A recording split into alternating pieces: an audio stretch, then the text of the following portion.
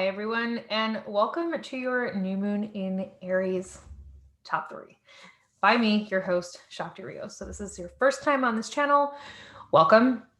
I usually do a top 3 for new moons and full moons, and for our Patreon community, I do in-depth transit reports, which covers not just the astrology of the moment, but also human design transits of the moment. So, if you'd like to join us and learn more about that, you can catch the Patreon link below. Also, yes, that's laundry because I'm a mom and there's always lots of that going on. All right, so in today's top 3, we're going to talk about some pretty dramatic energy changes that are happening, particularly because there's a lot of action in the sign of Aries, not just the moon. And so before we dive in, I just want to let you know that if you would personally like to have your charts looked at and analyzed by me, you can also go to my site, shaktirios.com/sovereign-coaching. And there's 3 different options for how to work with your chart and with me. I do look at natal astrology and I also look at human design. You have the option of choosing either one of those to really dive into for an hour with me, or of doing both. So all that information is there for you. So let's dive into this new moon and feel it out.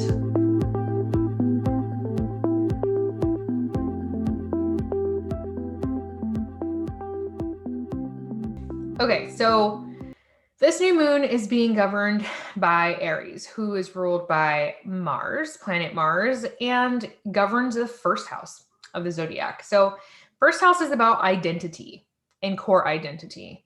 And we're going to see a lot of that being addressed, not just personally, but collectively. And that is going to be pretty powerful and interesting, which we'll dive into again, the transits in depth in our Patreon community. Now, number one thing I'm going to bring up for this new moon is this idea of mutation and evolution of social agreements. So when we use the word mutation in human design, it really means evolution. It means that something is mutating into something else permanently, and that it is a necessary evolvement of that energy or that theme.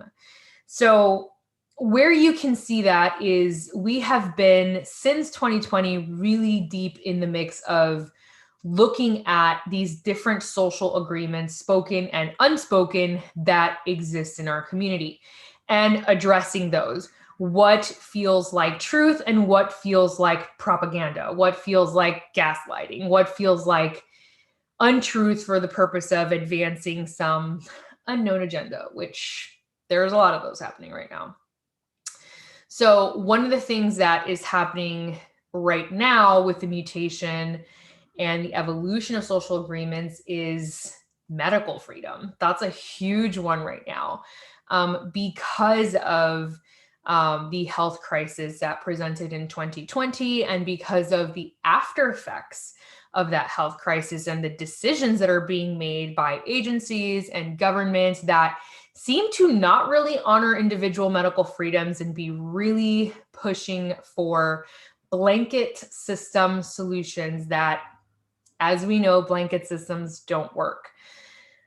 So right now there's this really big awakening of the reality that what we consider to be medical freedom or medical choice is being threatened. And so what are we going to do about that? What are we going to decide as a collective is acceptable and not acceptable?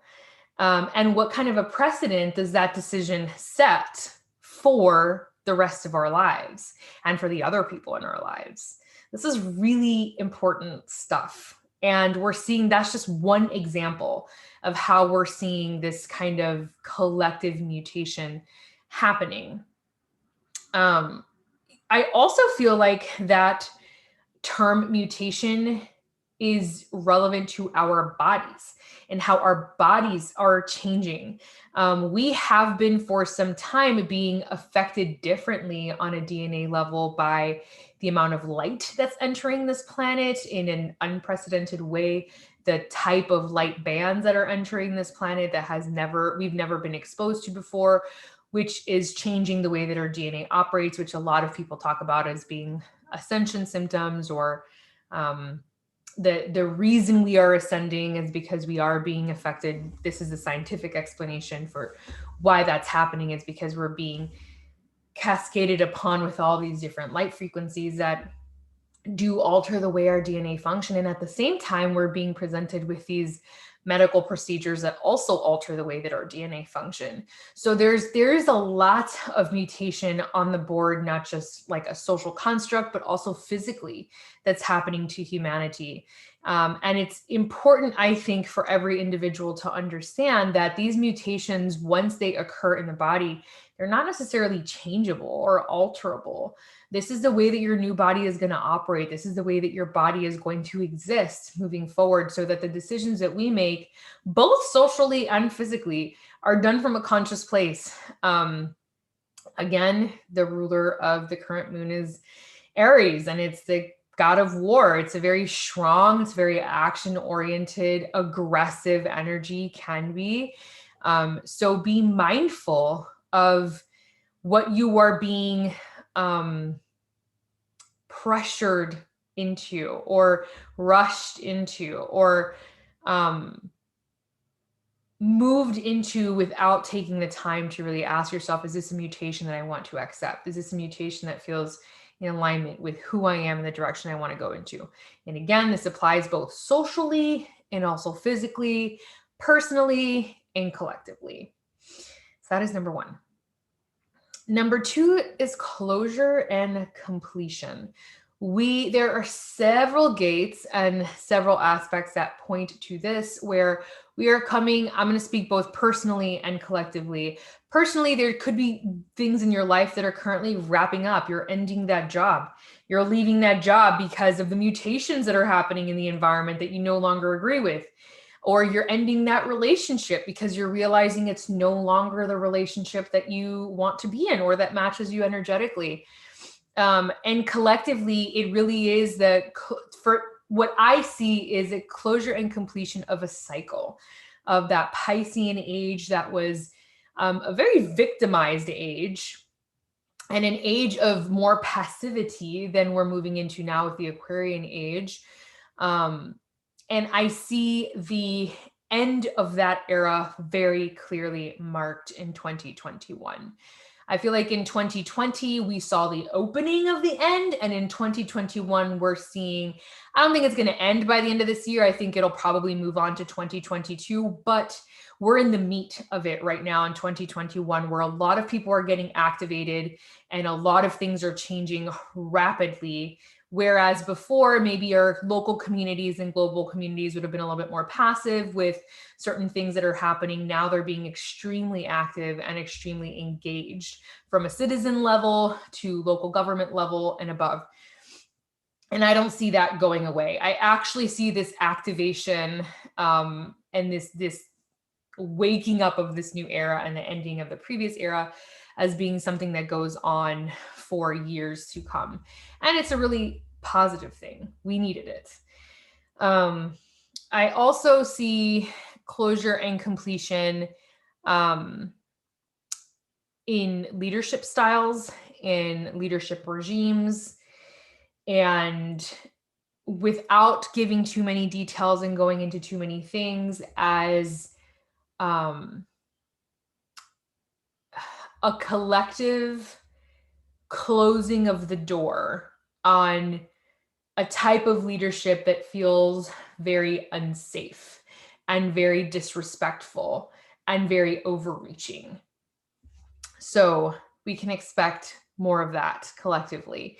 And again, personally, looking at your own life, where are the things that you need to complete, the projects you need to complete, the agreements you need to complete, and where are the doors that you have to close because you know they are no longer working for you or serving you.